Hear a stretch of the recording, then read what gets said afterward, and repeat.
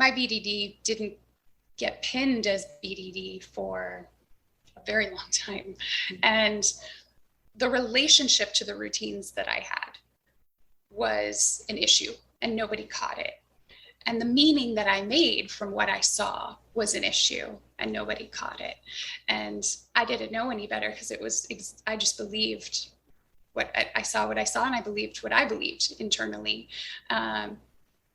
And so often the amount of time, the word excessive, I think, is key here, as well as the interference with life, social life, school, work. It really does interfere with one's ability to do things normally.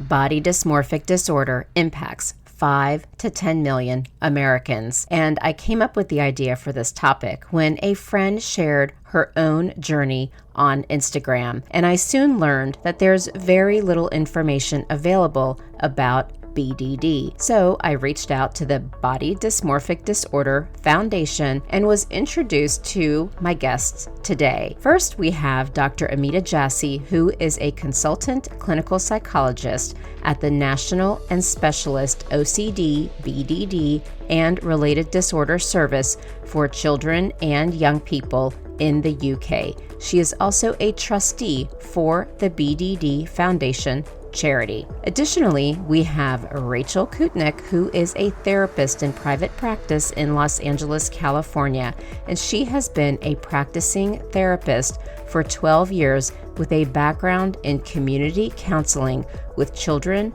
adults and families, and emergency room crisis work. These women bring such helpful information, and it is a quite vulnerable discussion.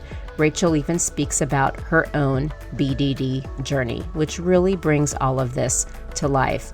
And I will say this is a very sensitive topic, quite more serious than many of the topics discussed on the Fempower Health podcast. So you may want to be cautious around who all you're listening to this in front of, just to make sure that you're in a comfortable space.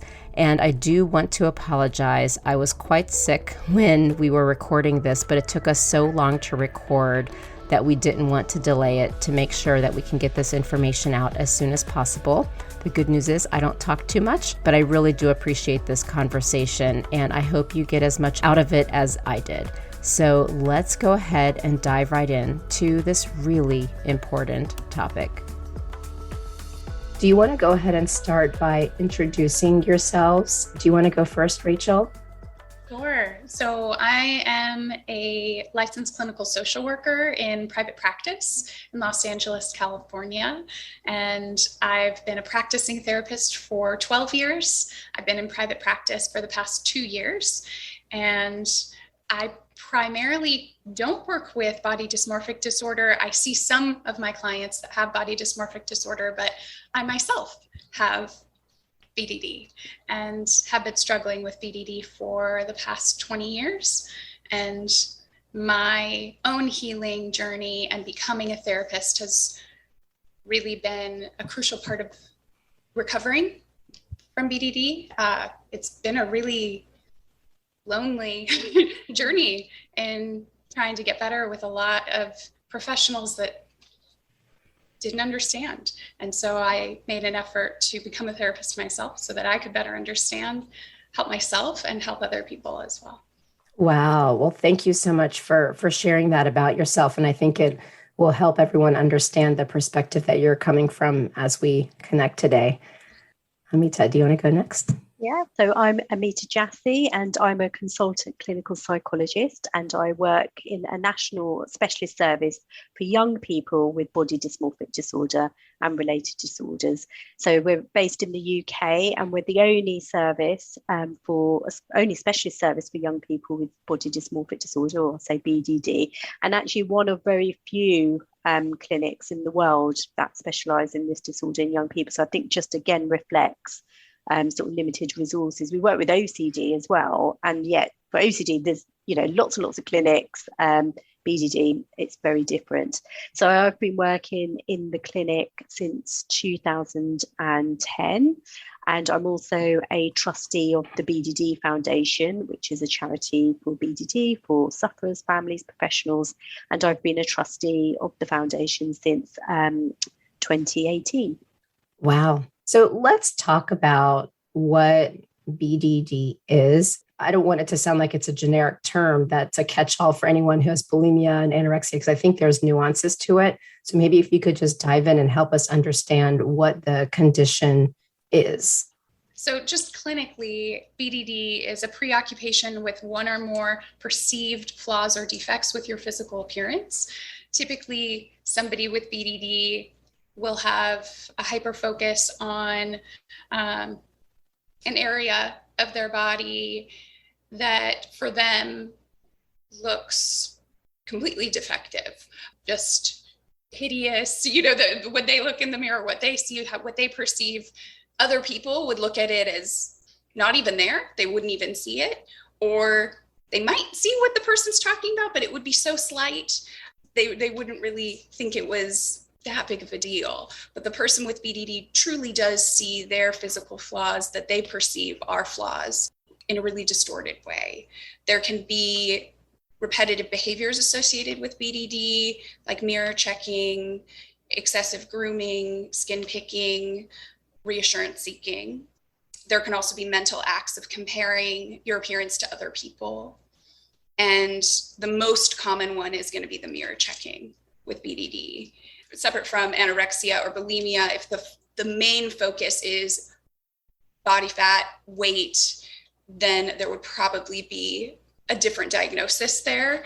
Typically with BDD, it could be hair, it could be skin. Yeah, that distinction is really interesting with eating disorders and BDD. And as you said, so with eating disorders, it's primarily around body weight and shape, whereas BDD, it can be anything. It can be specific features, often more than one feature from what we know from research. It can also just be this sense of things not fitting together properly.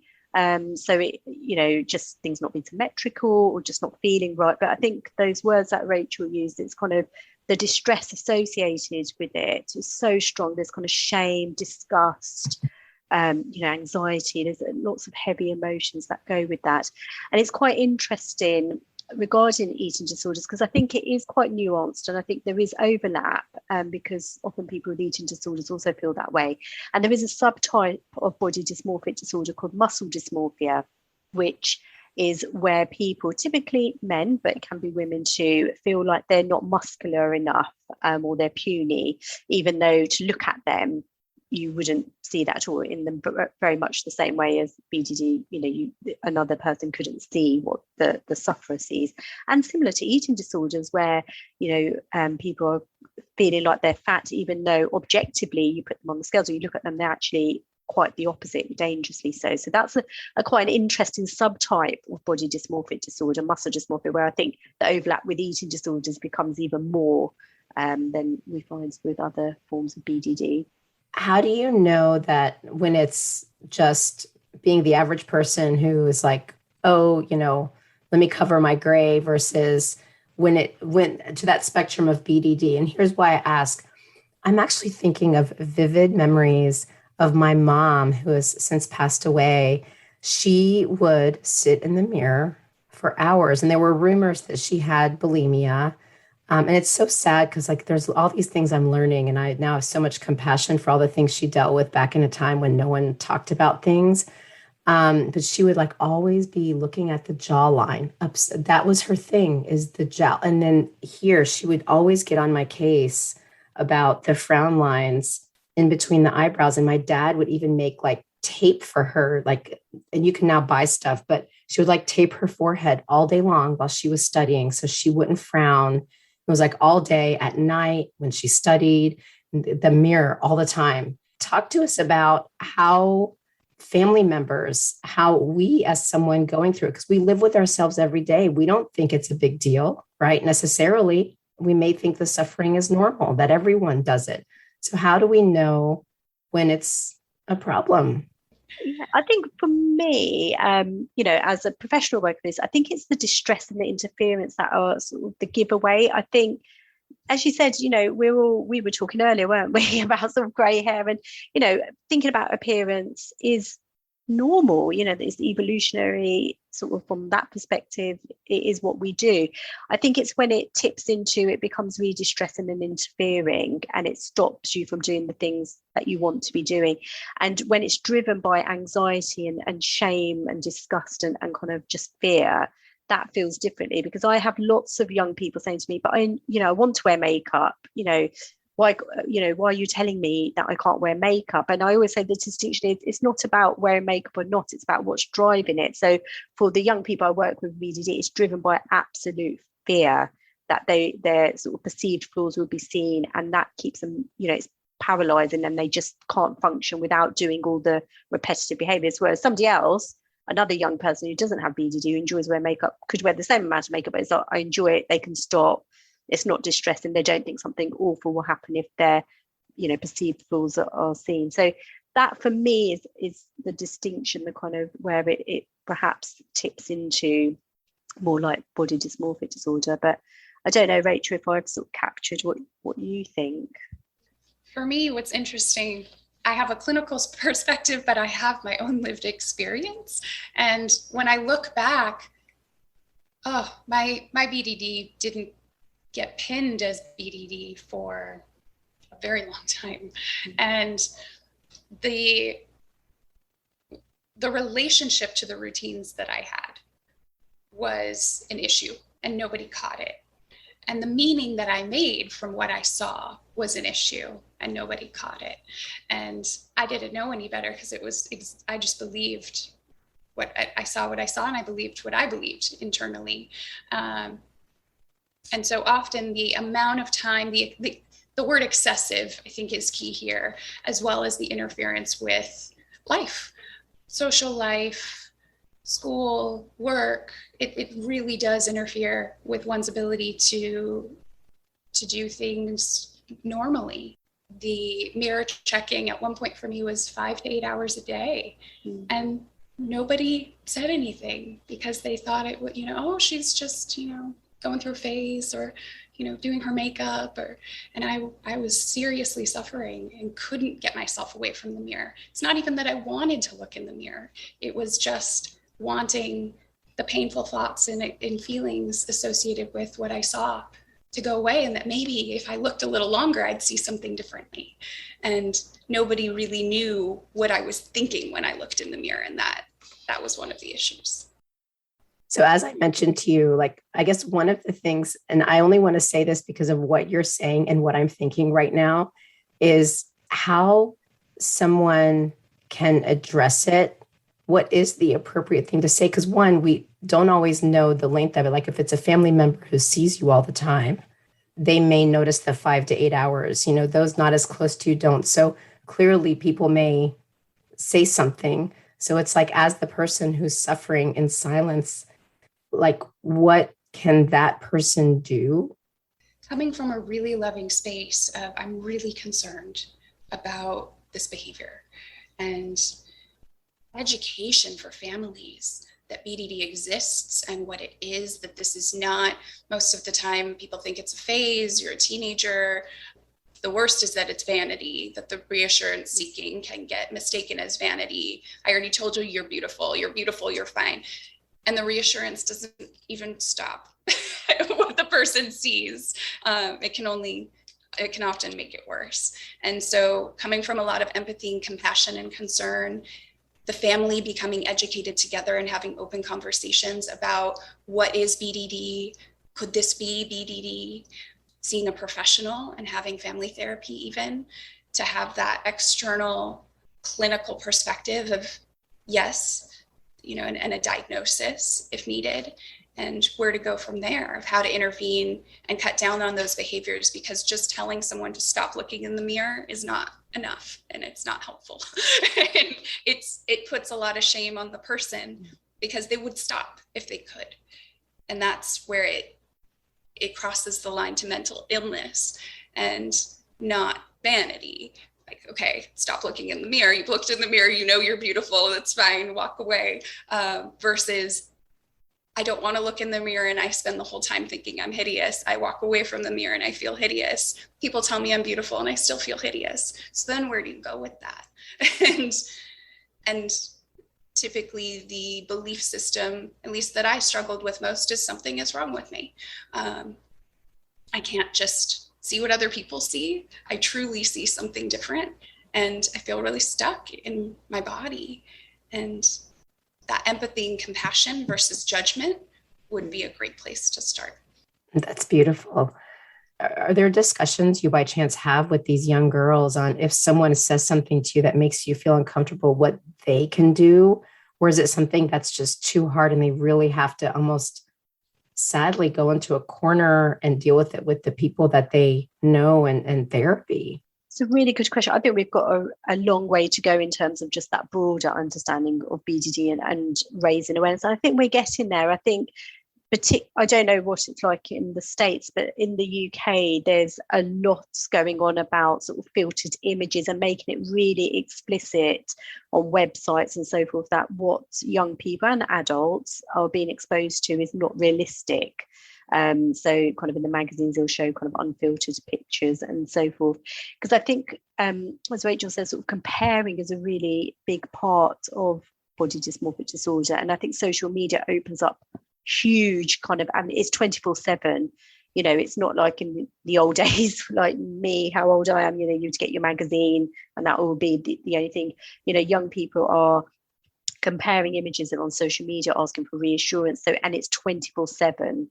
And that just can fuel this, you know, this cycle of distress. And, you know, as Rachel said, you know, getting reassurance, but that only being temporary, it gives you temporary relief. Or even if you know, young people posting images and getting, you know, the reassurance that they think they want, they don't believe it, and it can just really spiral.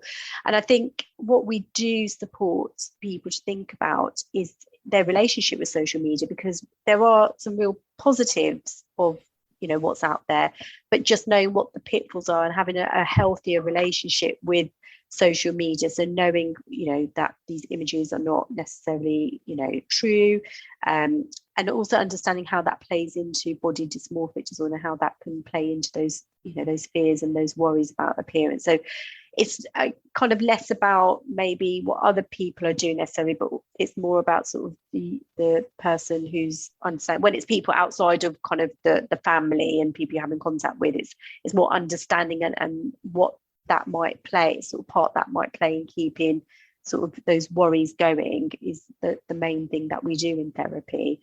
But we do work with family members because, you know, families and friends and, you know, they're all impacted on, they need support to know what is the right thing to say and what can they do. And I know I work with under 18s, we know family members get pulled into it as well, like buying products. And you know, under 18s here can't get surgery, for example, so they'll be desiring cosmetic procedures to try and fix their perceived flaw and they can't get it. So, you know, they might be really asking their parents, you know, for the money to save up, and so we support families to think about how to manage that. Yeah, we've had lots of families where financially they've, you know, found it really difficult because they're buying lots of products for their child. Helping people to understand their relationship with all of these things on the internet and social media. But then, as Rachel was talking about, sort of the inner circle, about the people that you are having direct contact with in family, it's really important for them to feel supported, to know what to do, and also for them to know how to support the person suffering BDD. Is it understood who's at risk and where it might come from? Because sometimes understanding the root cause can be helpful. And then I want to get into the resources and how people can find help. The US is so far behind the UK. It would be amazing if there were more resources like that here. I do see that there are more specialists with BDD, especially at OCD clinics, sort of the umbrella of OCD. There will be therapists that will specialize in BDD or work primarily with BDD. We have a BDD Institute here in Los Angeles, which is wonderful. However, access is still really limited and primarily available to those who can afford it. And that's still the case. The groups that I refer people to that are free are all in the UK. There's one group that I can refer people to here, led by a BDD researcher who's amazing and recently advocated for a group for therapists with BDD, and we just started that. So that came out of me asking because it didn't exist. And wow. Can you tell us the name of that? Ava Fisher. Yeah, she has a group for just BDD sufferers, anyone that's a BDD sufferer, male or female, typically adults. And that group, you can have your camera on or off. It is run on Skype, and I believe they meet twice a month. So what are some of the resources that are available then in the UK? You know, it's quite worrying to know we're ahead, even though I think we've got so much, to go really. So the BDD Foundation is our biggest resource in terms of the information we have out there. So the website's really great in terms of having people with lived experience with BDD sharing their stories. We've had conferences, so we've got speakers, kind of videos, information for families, professionals. So there's a huge range of information on there. And we do have support groups that we run via OCD Action, but we support them because we're a really small charity. So we kind of jump on and work with other charities. But OCD Action have in UK time, which will be evening time, which would then work for people in the States. And there's a group for parents of 16 to 24-year-olds. So it's quite a sort of a small age range, but support for them, because we've talked a lot about sort of the impact that can have. But there's also groups for sufferers BDD. So again, we can have camera on, off, it's online, and just to kind of be there to support each other in that journey, regardless of where you are in your road to kind of recovery, whether you haven't got a diagnosis, but you think you've got BDD, up to, being in treatment. So we are very lucky in that respect that we have those groups that run monthly and regularly. And we do, of course, for people in the States, this wouldn't work, but we're moving to our in-person support groups as well. So yeah, we're lucky in that respect that there's, I guess we're smaller area, but we do have those resources available. But the BDD Foundation, I know I'm a trustee and I'm a bit biased, but actually it is a fantastic resource. And we've just revamped our website. We had an investment into that, so it's been updated and really user friendly, and we're just working on a specific site for young people and families to make the information more accessible. And we're thinking about various things like ethnicity and diversity, and ensuring that our information is accessible to all groups. One thing we haven't spoken about actually with BDD is just the levels of risk. When you feel kind of so, disgusted with yourself, and you feel, self-esteem's really low, and that distress, there's really high risk that's associated with BDD. And what I mean by that, sadly, is that there's high rates of kind of thinking about suicide and then completed or attempted suicides. And another risk, which I know is a really difficult thing to talk about, but it just shows, I think, the level of distress, how bad people can feel. So that's why we think it's really important that people who are facilitating that, particularly if they've got BDD themselves, they're getting support outside of that to facilitate those kind of groups, because it can be really emotive anyway. And if you have BDD yourself, it can also just add to that. I found that self-compassion work is a key component, as well as integrating an evidence-based approach of exposure response prevention work, cognitive behavioral therapy. Those models are so important.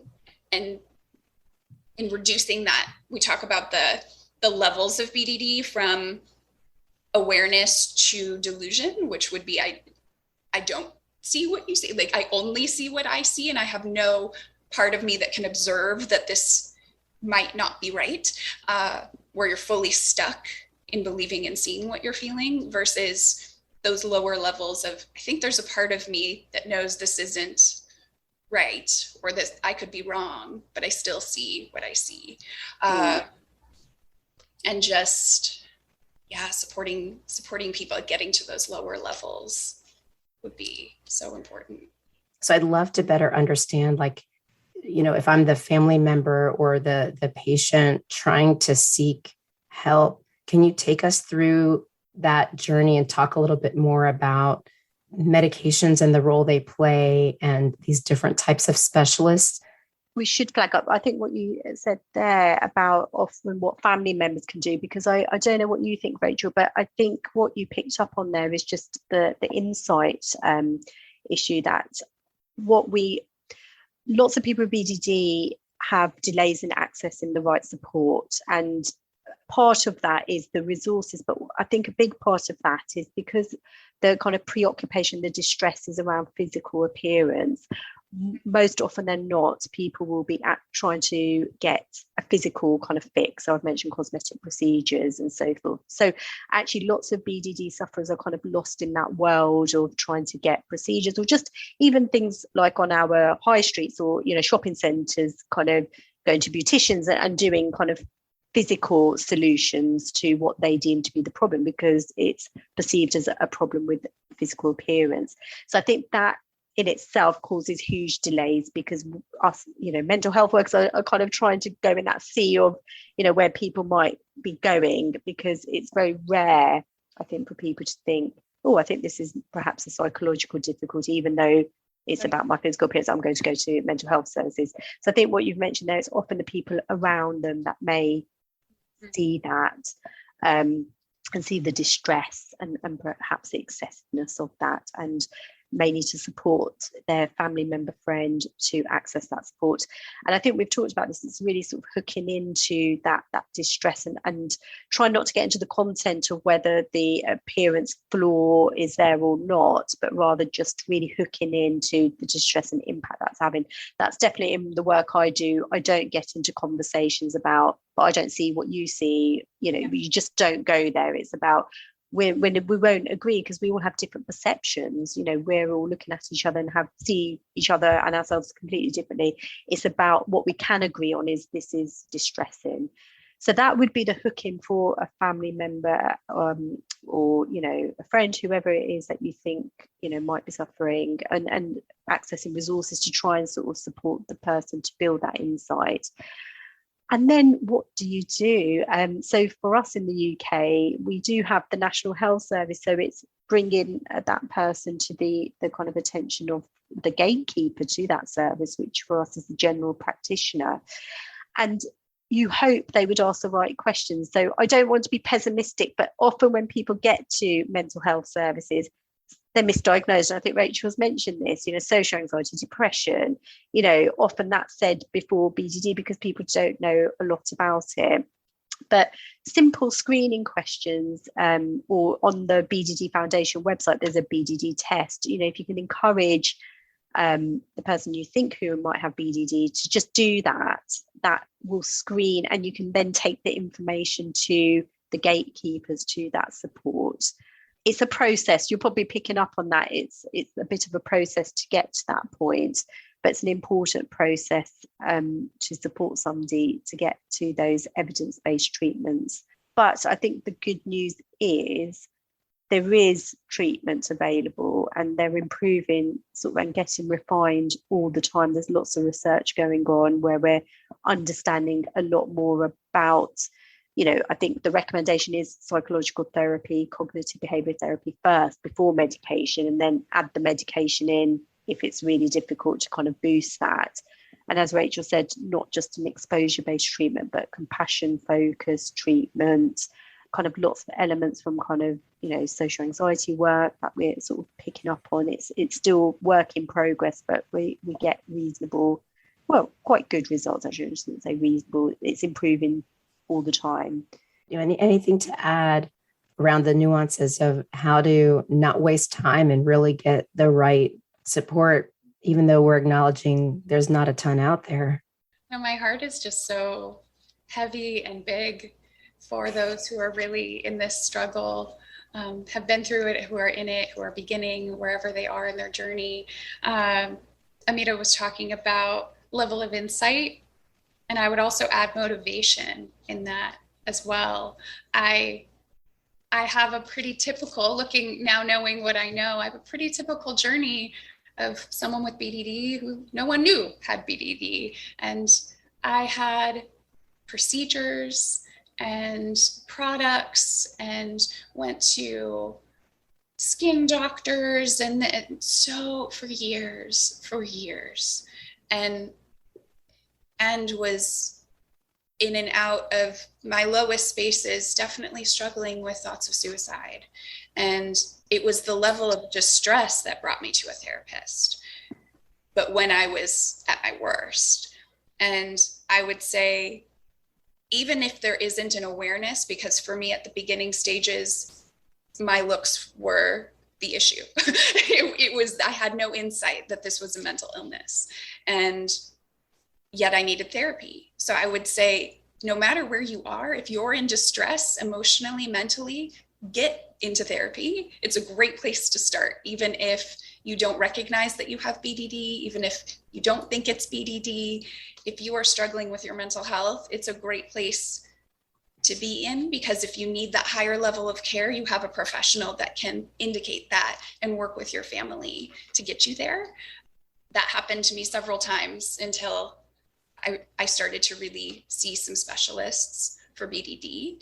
I do believe that starting with those evidence-based approaches is essential to create that insight, to understand healthy behavioral routines. Mirror hygiene, I had never heard of this until I was in my,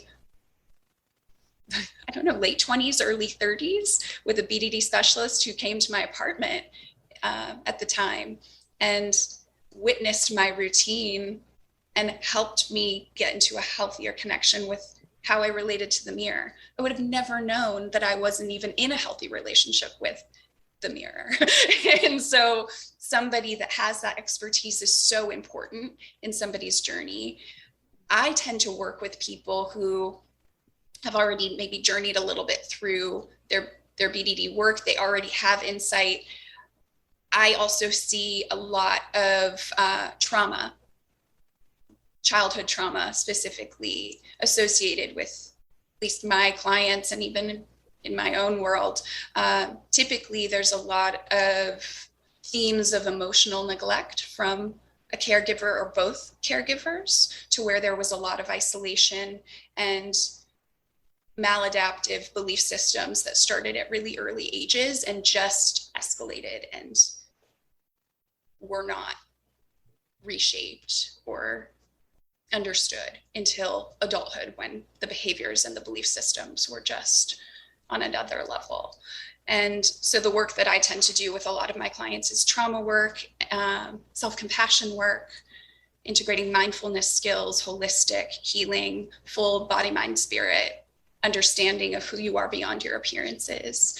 And that can't really happen until there are healthy behaviors and routines set in place. So it's not that you can't be focusing on those things if the motivation or insight isn't there to change your behaviors or stop using products. That education should be happening though, and that conversation of what is healthy and what is unhealthy for that particular person. I was interviewed by Beating BDD, the podcast, the BDD Foundation, but I am a ballroom dancer.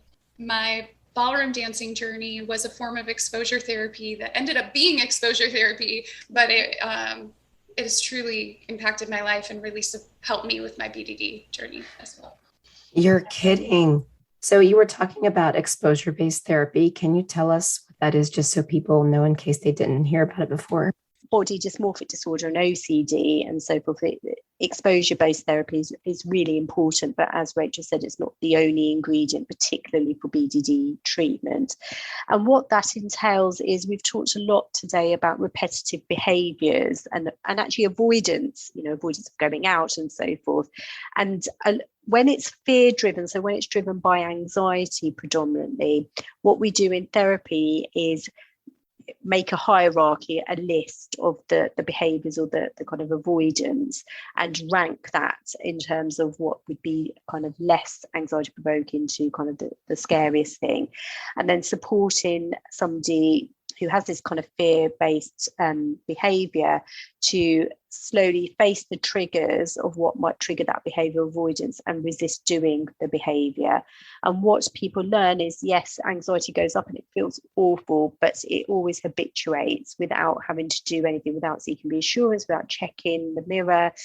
It's really difficult, but the more you do it, the easier it gets. So each time you do it, the anxiety reduces, kind of, it doesn't go as high and it becomes less anxiety provoking. A kind of consequence of that is not just the kind of physiological kind of change that you notice and that it gets easier, you also learn something different. So often people we work with are avoiding or doing these behaviors, and it undermines the kind of learning that actually, if I didn't check the mirror, if I didn't wear this makeup, if I didn't camouflage, if I didn't avoid, then something bad, they think something bad will happen. They'll be judged negatively. People will ridicule them. They would notice their appearance. Then there sometimes is a social kind of component, or I might not be able to cope. I'll feel really disgusted. There might be that aspect. So actually, by doing the exposure therapy, they also get the opportunity to learn something different. That if they wear a little bit less makeup and go out in the high street or the shopping centre, what they fear is people will take notice and maybe notice their perceived flaw. But by going out, looking around, trying to do some work on not attending to sort of how they feel, but attending to the outside world, they notice that actually people probably don't take a second look. So you get that, also that learning about some of the kind of feared outcomes that they think might happen. Okay, that makes sense. Thank you. And Rachel, just because I don't want to make assumptions, do you mind defining mirror hygiene? Yes. So mirror hygiene, the way that it was put to me that really supported me was, you're not getting ready in the morning to feel a certain way in order to leave the bathroom, that you're getting ready in the morning to just get ready in the morning. You're getting ready in the morning to go through the behaviors of taking care of your hygiene, not to have to look a certain way or feel a certain way in order to then leave the bathroom. And so it was a lot of timing with an actual timer. You're going to brush your teeth. You're going to, put on your face cream. And this is all going to take 5 minutes. And that process might have taken 30 minutes before. So we're going to do this in 5 minutes, and it should only take you 5 minutes. Then we're going to put on makeup. That should take another, 5 to 10 minutes. And not 3 hours.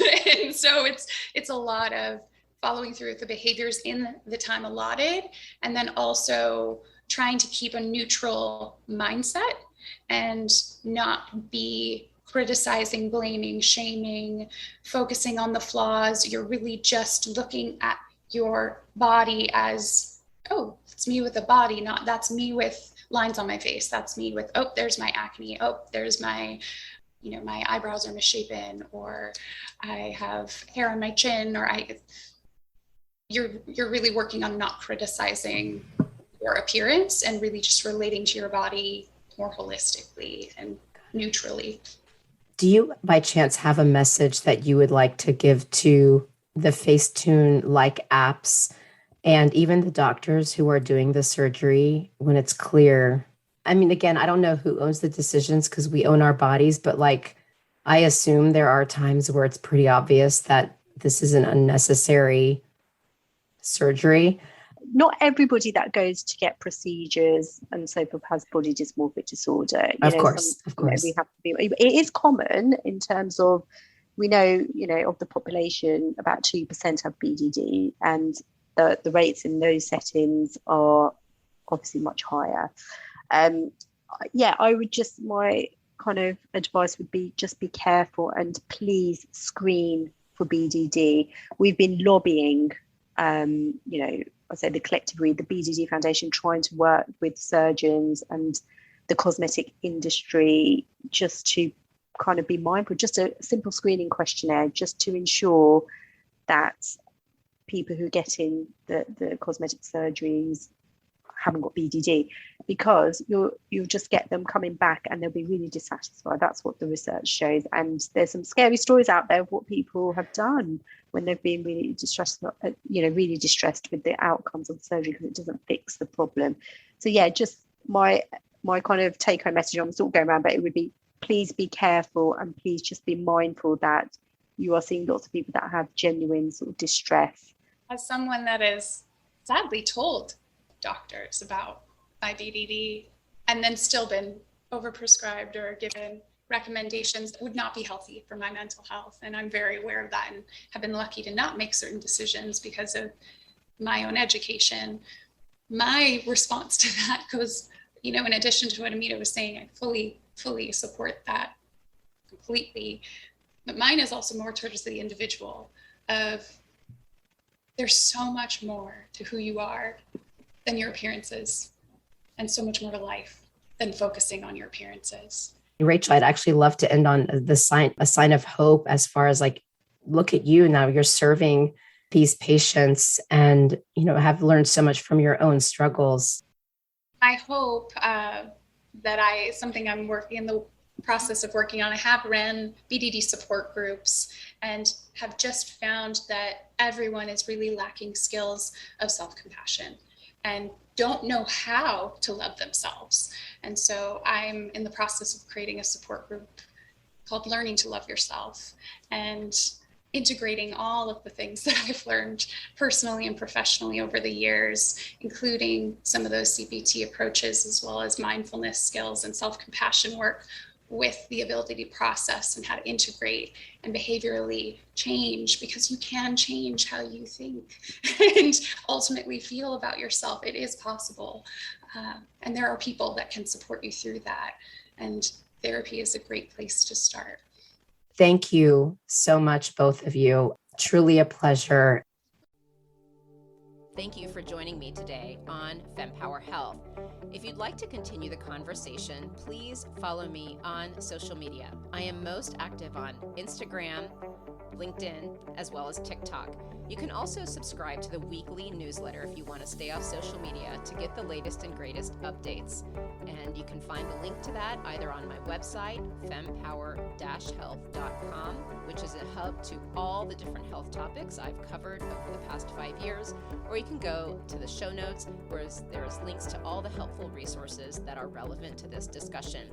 And if you know of someone in your life who would benefit from this information, please do pass this along, because that is how we can ensure this important information reaches those who need it most. And for anything that is discussed medically, please understand that none of what we share on Fempower Health is medical advice. It is all for information purposes only, and only a conversation between you and your doctor can give you the care that you need. Thank you very much.